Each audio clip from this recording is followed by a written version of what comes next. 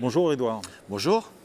Demain, on va voter ici à Strasbourg en plénière sur une résolution concernant le statut d'économie de marché de la Chine. Ça a l'air très important, mais ça veut dire quoi exactement?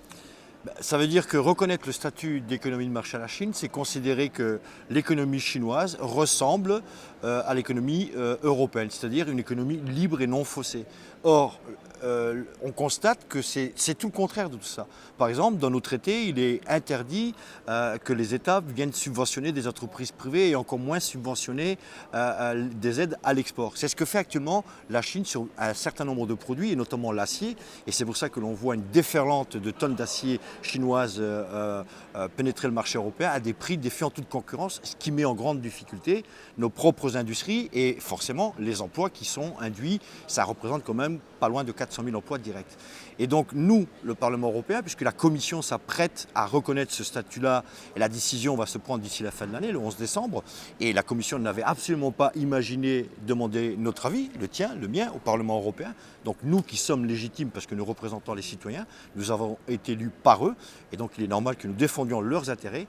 Eh bien, le groupe socialiste et démocrate européen, et notamment les socialistes français, ont pris une grande part pour imposer le débat justement ici Alors à laquelle Strasbourg. justement? Parce que je crois que vous avez, toi, Emmanuel Morel, fait beaucoup sur la question et vous avez essayé justement de rassembler des députés et d'autres. Comment Tout à fait. ça s'est passé? On savait très bien que de toute façon aujourd'hui c'est un impact sur l'ensemble du territoire européen et il n'était pas imaginable de faire ça uniquement entre nous franco-français.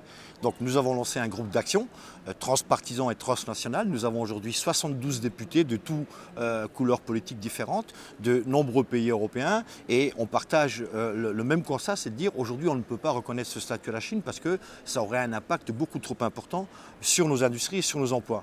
Il y a une étude qui parle d'un impact entre 3 et 4 millions d'emplois en Europe qui pourraient être impactés, donc disparaître à cause de cette concurrence déloyale. Et nous avons imposé ce débat. Nous avons aussi imposé une résolution qui vient d'être finalisée aujourd'hui même. Et demain, elle passe au vote. Voilà, c'est donc le travail collectif, le travail des socialistes et démocrates européens, et notamment impulsé par les Français qui nous ont permis aujourd'hui de donner la parole au Parlement européen, c'est légitime, et en plus de faire voter une résolution. Alors demain, cette résolution, elle s'adresse à la Commission, j'imagine. Oui. Et quel est le calendrier et es-tu optimiste sur l'issue?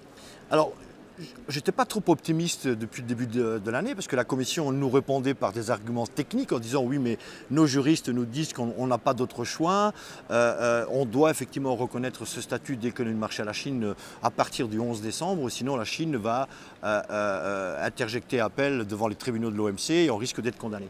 J'ai simplement envie de répondre, et je leur ai dit à la Commission, et nous leur avons dit que ce débat ne doit pas être un débat technique, il ne doit pas être un débat juridique.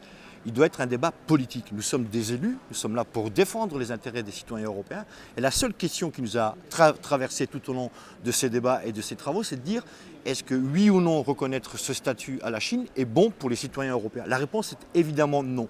Alors effectivement, la résolution que nous allons adopter demain, la consultation publique qui est toujours en ligne jusqu'au 15 mai, où on demande l'avis aux citoyens, aux entreprises de savoir est-ce qu'ils sont d'accord avec ça ou pas, va effectivement impacter non pas l'agenda de la Commission, parce que la Commission va rendre justement aussi ses conclusions de sa propre consultation d'ici la fin du mois.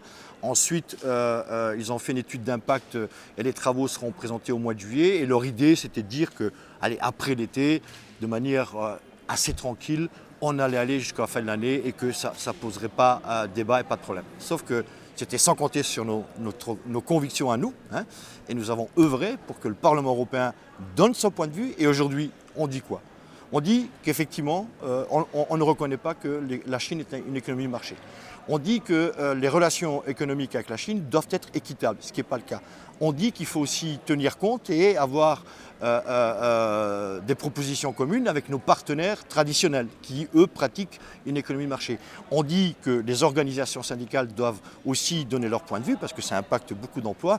Et pour finir, on incite la Commission à prendre des mesures urgentes, à moderniser les instruments de défense commerciale qui pourront nous aider à mieux défendre nos emplois et nos industries.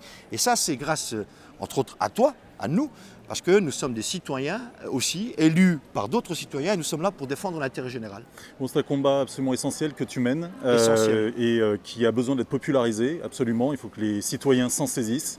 Et écoute, merci Edouard et on va suivre cette affaire. Merci à toi, Guillaume.